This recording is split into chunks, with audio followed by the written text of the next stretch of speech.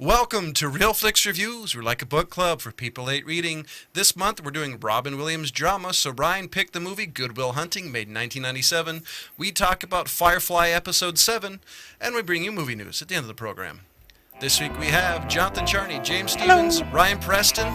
The old guy's here.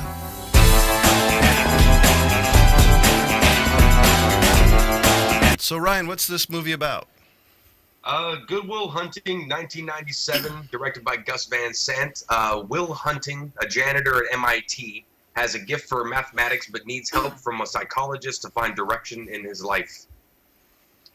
I think we should also state, and if you guys don't know this, it's actually written by Matt Damon and Ben Affleck. I mean, this is the one thing that probably really kickstarted their career. Yeah, and I think it was their first real legitimate writing credit, and they won an Oscar for it. For Best Original Screenplay, which is a great way to start your career, and it's a possible great way to end it too, getting something right off the bat. Yeah, but it made their careers. Oh, yeah, definitely. They've managed to sustain for quite a long time now. So, well, at least Matt Damon, Ben Affleck had issues. I'm going to get around to Ben Affleck in the news. Just wait. I got to say, the one reason I love this movie so much is Robin Williams, especially in this movie, has an ability to project vulnerability that I don't think any actor ever has been able to come across on screen. Wait, you know that scene when he's sitting there and talking about how his wife used to fart in her sleep, or when she got nervous and in her sleep? That was completely ad-libbed by Robin Williams. That entire section, and Matt Damon was just laughing so hard that they decided, you know what, just gotta let it go. And Casey Affleck ad-libbed pretty much all of his lines as well, and it worked. So it worked really great well for him too. My favorite scene in this movie is when the first time Matt Damon's character meets Robin Williams, and he starts, at the end of it, talk shit about his wife, and Robin Williams grabs him by the throat and says, "Don't you ever." That whole scene right there kind of sums up their relationship. At first, very adversarial, but you could see Robin Williams actually kind of cared for the kid, even though he didn't know him. Well, he drew a line in the sand, is what he did. What he said. And this is what this kid needed. He needed structure. And drew a line in the sand in the way that his character would sort of understand. Exactly. They both, the reason they were hooked up together in the first place is because they came from the same place. Yeah, right. They're both Southies. Right. Well, when they got on the bench after he kind of, after that whole section, and he gets there and he says, "Come with me," and he takes him out to the bench, and, he's like, "Are we having a Folgers moment, or what's going on?" And he's sitting there, and then Robin Williams ad-libs that whole section. Oh, did he really? Yeah. He ad-libbed that as well. He's sitting there and he's talking to him, and he's like, "Do you know what it smells like in the Sistine Chapel?" And that, he got the gist of what the lines were, but then he continued to ad-lib on top of it. But it's just amazing the way that he does that, because he really puts that guy in his place by pointing out to him, yeah, you may know a lot, but you didn't know jack shit. Yeah, that's my favorite scene of the movie. Yeah, right. And I would also add that you could tell I always thought the way Robin Williams said it, you could also tell him the hurt in his voice. I love this character is probably one of my all-time favorite Robin Williams character, just because the emotions he really portrays without really doing it, if that makes sense. Well, and he was pointing out that just reading books alone is not the whole picture. And at that point, Damon's character, that's what he was able to do. You saw his ability to digest a book by just flipping through pages, and he remembered it all. So when we pulled up to start the show, I was trying to find something, and one of the things I was trying to find is I was searching to see how Matt Damon casted Robin Williams for this role, because I could see him almost basically pulling a Tarantino. If Robin Williams does not play this specific character, this movie's not going to get made, because that's what Tarantino did with his first film, Reservoir Dogs, with Harvey Keitel. Right. And I could almost see that, but I was trying to think, what would he have seen to judge that Robin Williams could have played this role? What movie in Robin Williams' repertoire had been made previously where you could see that? I couldn't really think of anything, but That's what I was trying to find, is how he decided to go with Robin Williams, because Robin Williams has really only ever had like kind of little moments here and Yeah. there. But I would add, there's a couple of movies to that. I would add Awakenings for one. Was one Yeah. of the very first movies. I would say Dead Poet Society, where you get to see that's a good more one. version of him who actually cares about the kids. You know, the scene where he's going carpe diem. You know. Yeah, I was just trying to see if Matt Damon had done that, but I only saw something where Matt Damon was talking about that Robin Williams did like ad-libbed a section and he decided to keep it, and that's one of the few changes that they allowed in the movie.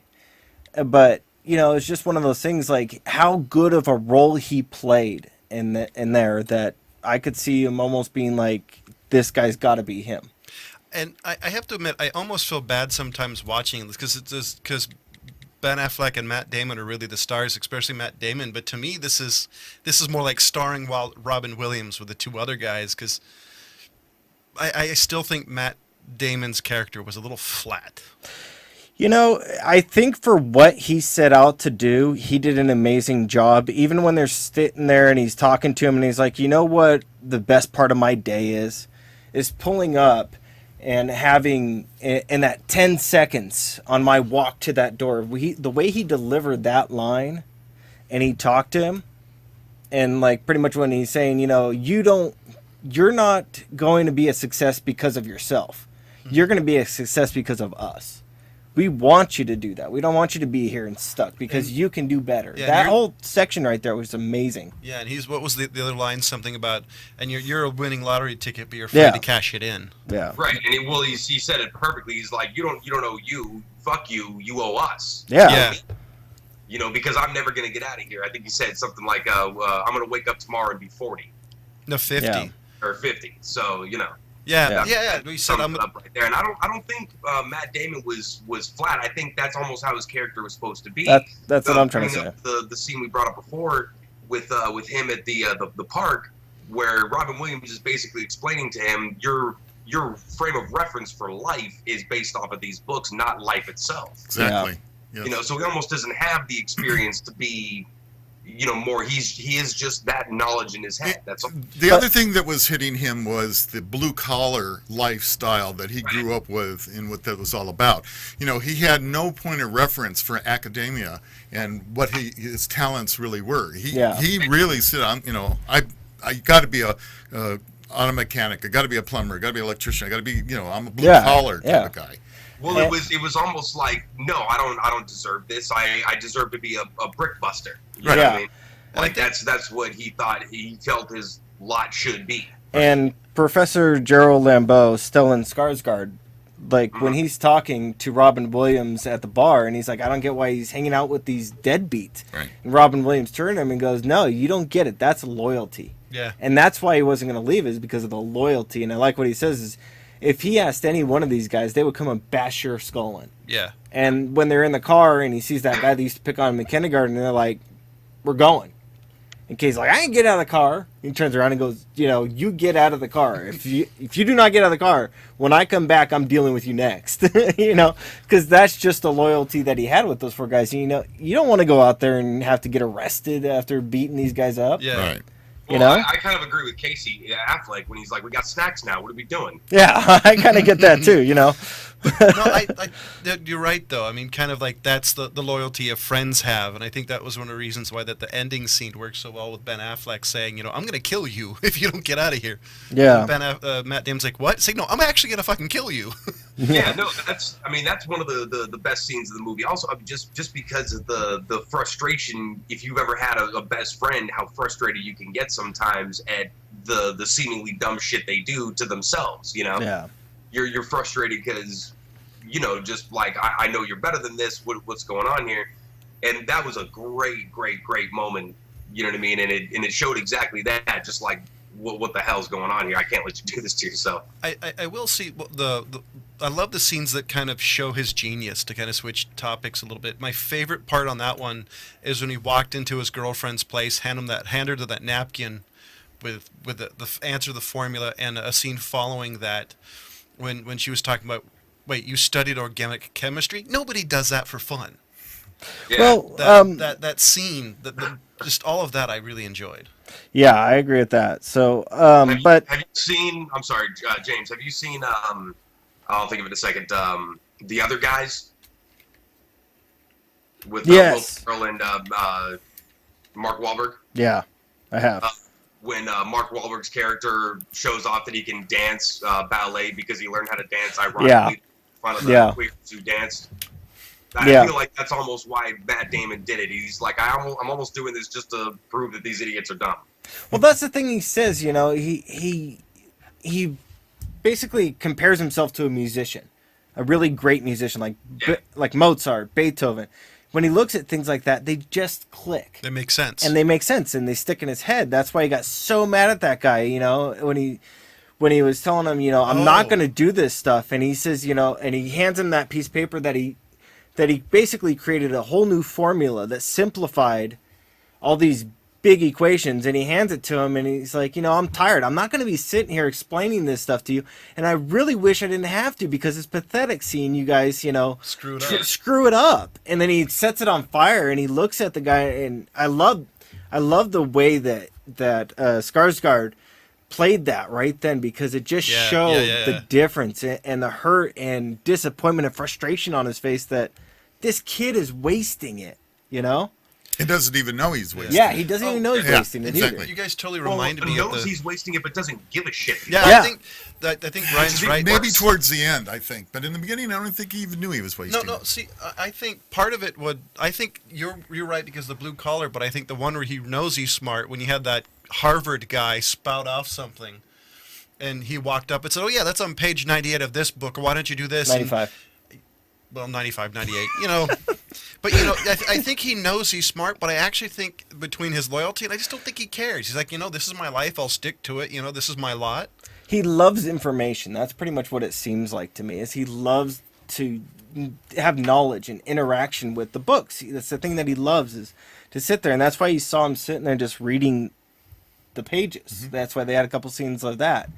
Mainly to screw with the shrinks. Yeah, you know, and that's the other thing is I like the pre-shrinks you know, the things like that, and he pretty much played every one of them off them like they're perverts in some form or fetish. And why are you gay? Yeah, you know, and you know that's what he tried with Robin Williams when he totally turned and looked at him and goes, "You've married the wrong woman."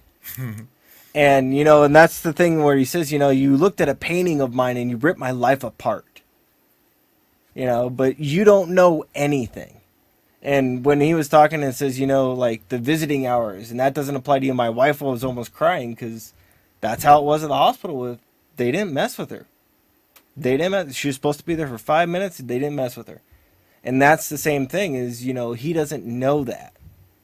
And he was trying to have that, but when Minnie Driver got close to him, that's the whole thing that came back to that. And that goes back to the section where he's sitting there and it's like, it's not your fault. I remember the first time I watched that, I'm just like, what is he doing? Right.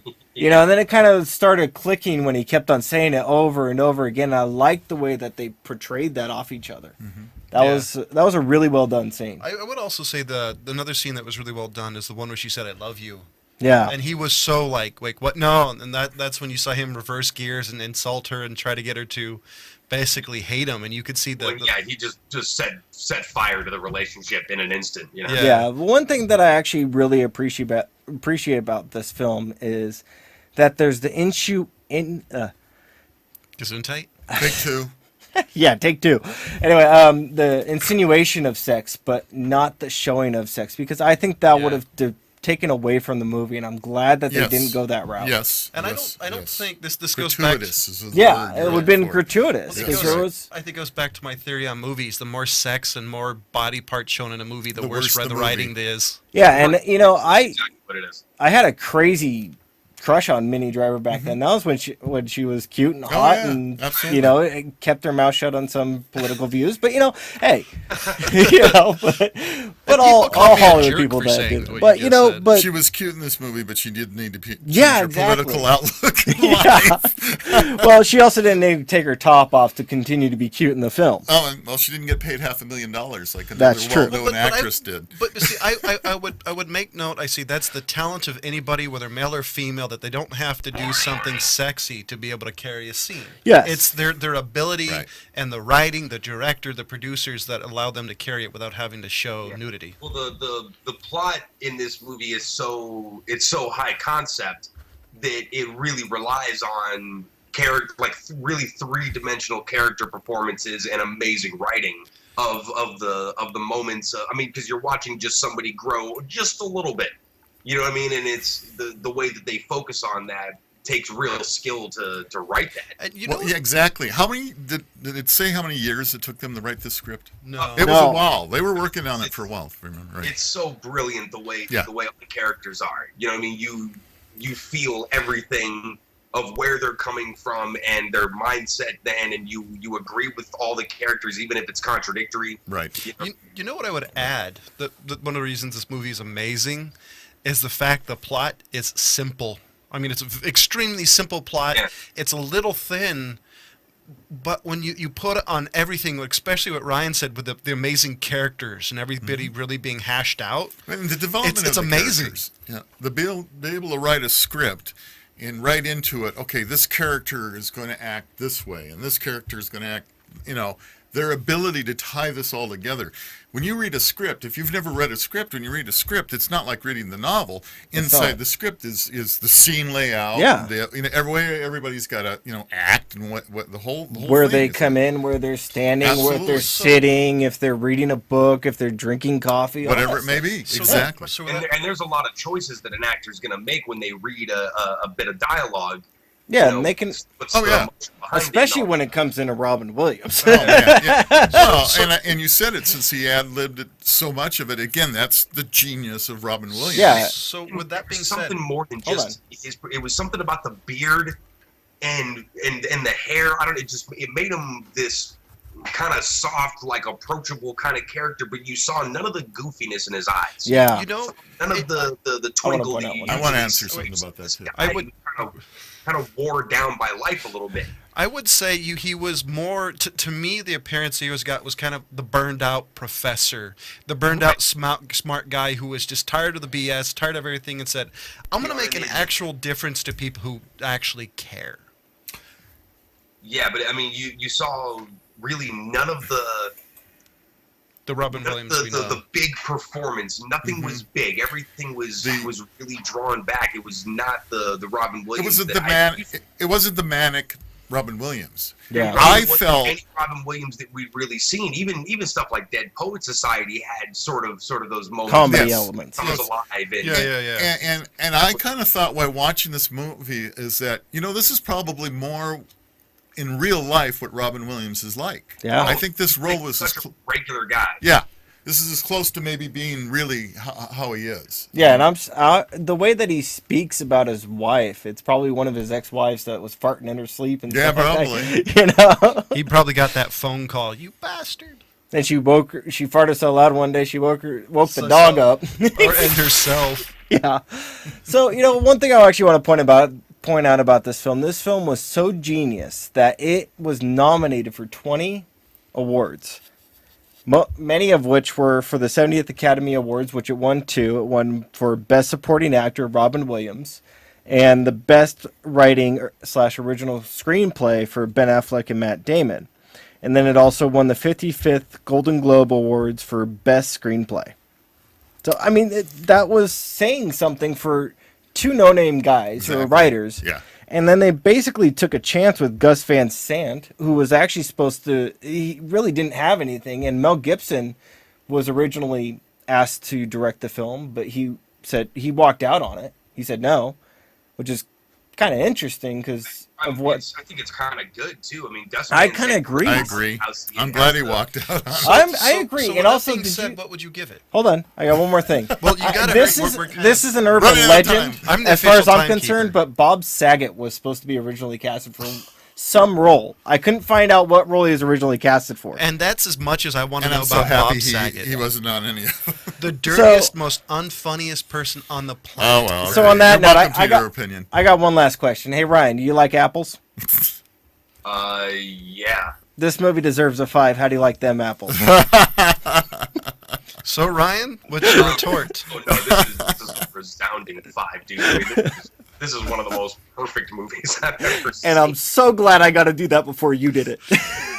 So Rob, Oh, yeah, absolutely. I'm going to have to say that I was blown away by this movie, and I can't. Had you seen it before? I had not. Okay. Oh wow. So Really? that was what was so amazing to me is that all of a Wow. sudden I'm watching this movie, and I got an opportunity to watch by myself, and I was watching it, and I'm going, how did I miss this movie? I know. Because right? it is. You missed this movie, Rob. I had no idea.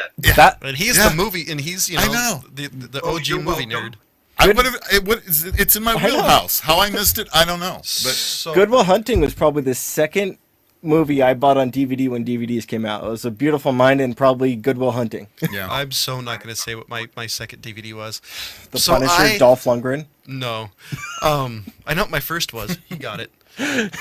So I definitely, I got to give it a 5 out of 5. There's so much of this movie, we could probably talk about it for another half hour, but thankfully for the fans out there, we're not. So we're going to go about Firefly episode 7, kind of switch gears. what happened to our phone a friend? He didn't even call in. Yeah. We're losing our audience. Our I one know. guy. What the heck? So episode 7, and I'm going to let Ryan go. Oh, Janestown. what? I'm talking about the Firefly Yep, episode? Janestown. I thought I was doing fucking movie news. You are You that are. too. It's all in Well- your shoulders. Okay, well, to be perfectly honest, when you said episode 7, I was like, shit, I watched episode 6. Oh, that's okay. I watched episode 8.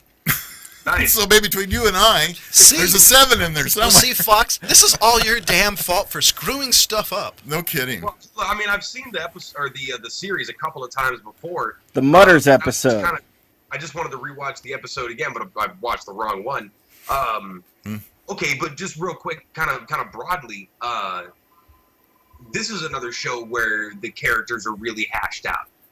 You know what I mean? Everybody has their other side to them. That you know the kind of writing where you can kind of get to explore in a series like this. You know, where people act different around different people, and everybody sort of has their motivations from you know past to present.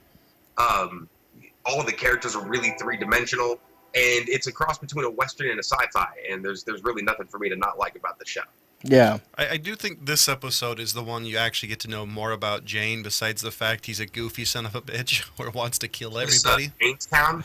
Yeah, it's Janestown. Okay. The one where he gets a statue and a song. It's like, I have a song. Right. And at the end, he's at one of the scenes. He's walking down with with one of the bar bunnies, and he's singing the song and enjoying it.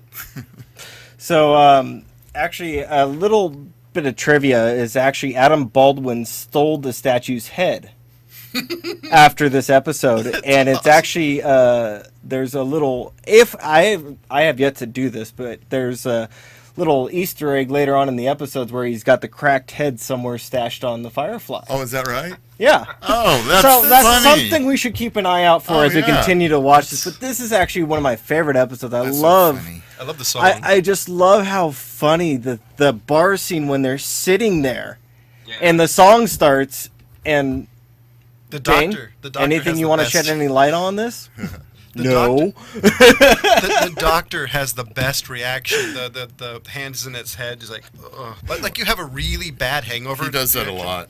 He does. He definitely does that a lot. But With that crew, I would too.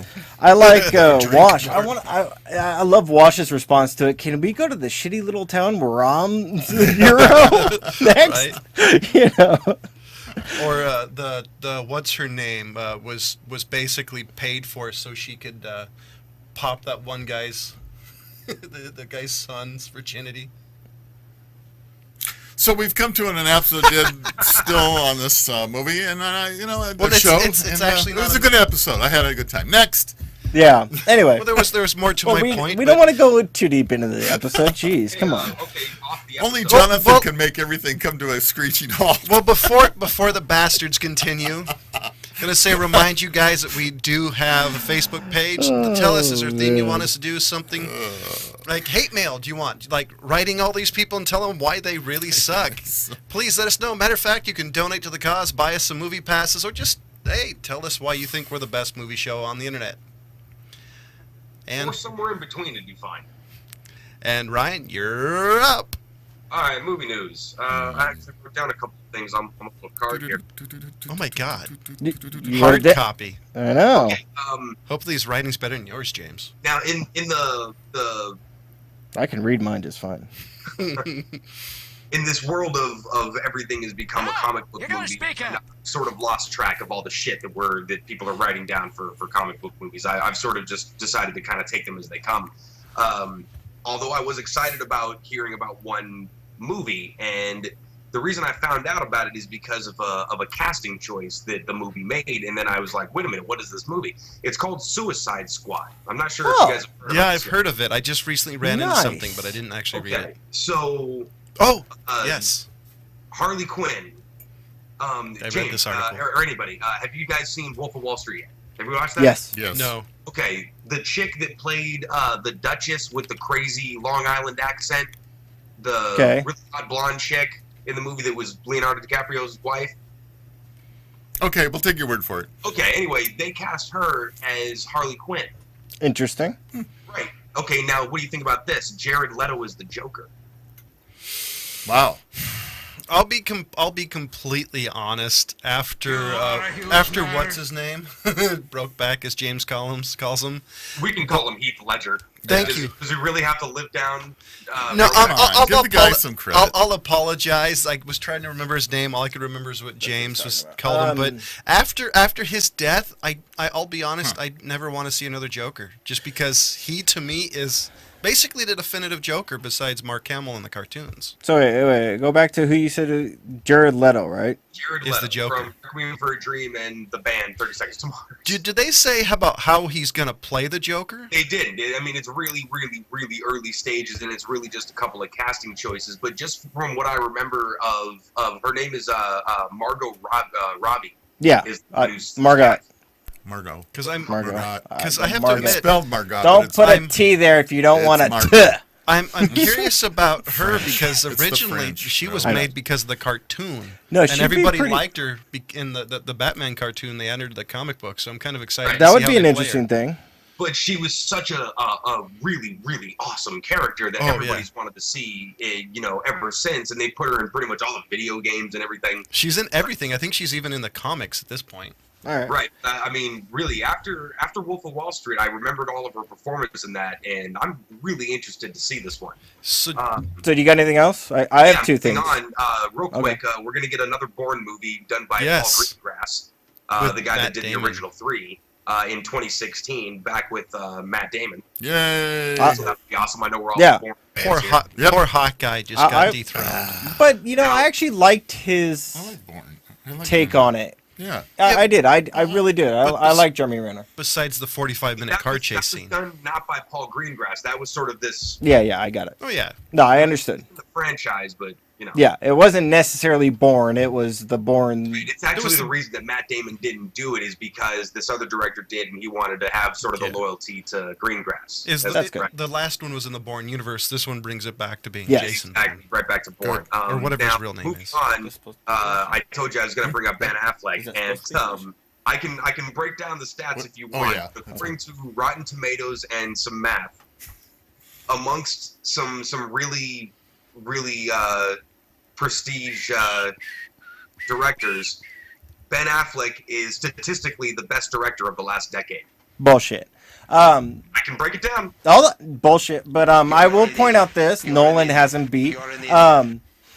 No, I did notice a thing. The average score of the last decade is 85.8. Ben Affleck's is 94.67. That's fanboys. After Argo, That's actually what I was going to bring up. Is Argo? Did you notice that CIA is actually coming out on Argo and saying what's real and what's Hollywood on Argo? Really? Yeah. It was a good movie. That's what I'm thinking. That's unnecessary. Screw you, CIA.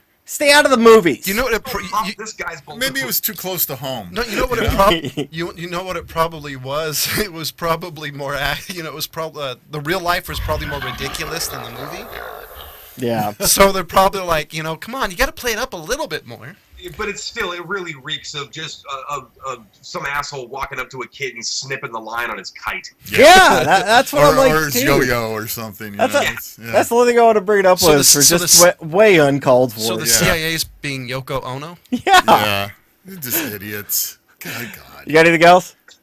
No, just a couple of movies to look forward to coming up pretty soon, next year or so. Avengers: Age of Ultron, obviously the new Batman, and Ant-Man. Shut up. World. I'm not sure how you guys feel about a new Jurassic Park, especially after number 3. I'll be honest. I'm interested. I'm gonna give it a shot. I'm excited about that. The Age of Ultron trailer. I'm not really excited actually. I am, man. Just I got high hopes. Uh, I'm gonna watch it. I'll see it. Don't get me wrong. I think we'll all. I don't have high hopes. I have low hopes. Let me just say I'm underwhelmed so far by what I've seen. Well, I try not to judge prejudge, but okay.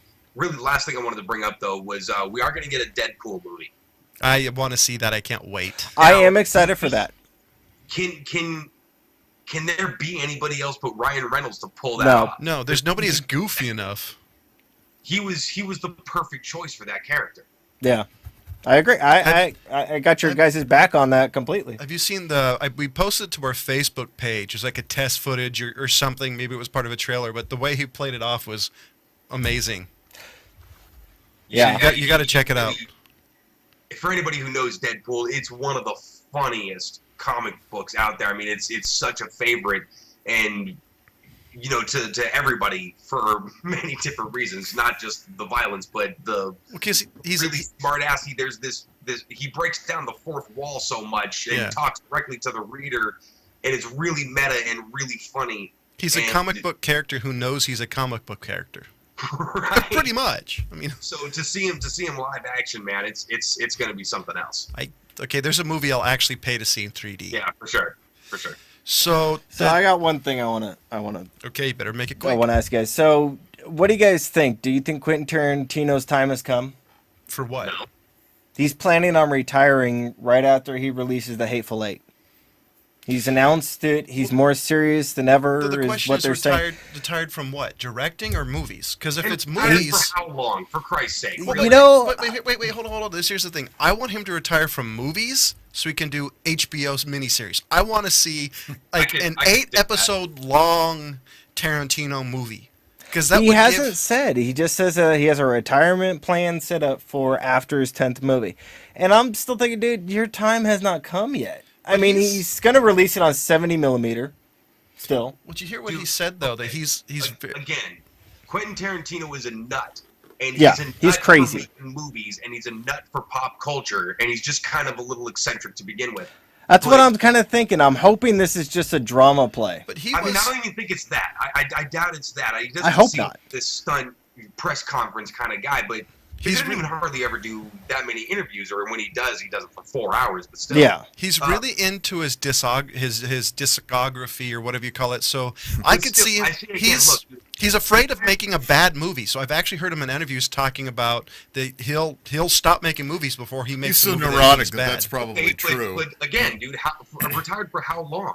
Yeah, that's what I'm saying. In when he gets super bored and misses the shit out of him. Exactly. You know what he's going to do?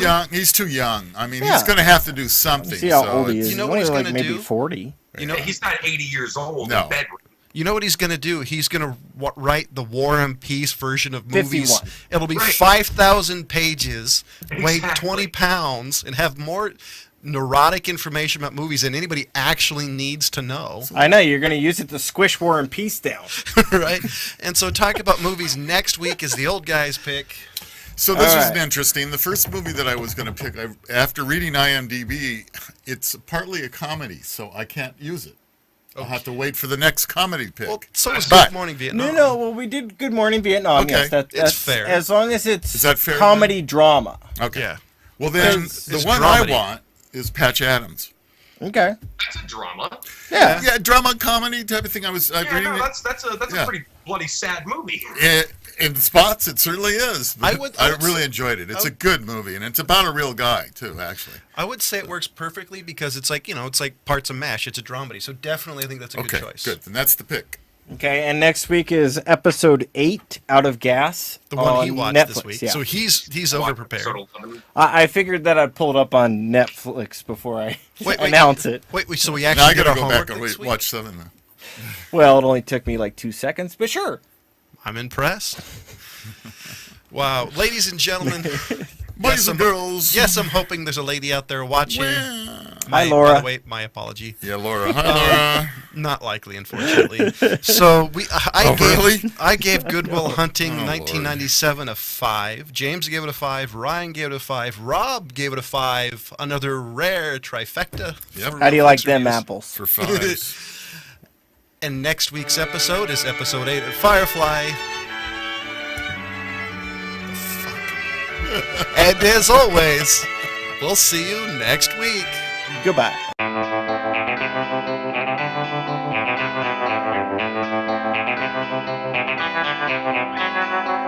Thank you.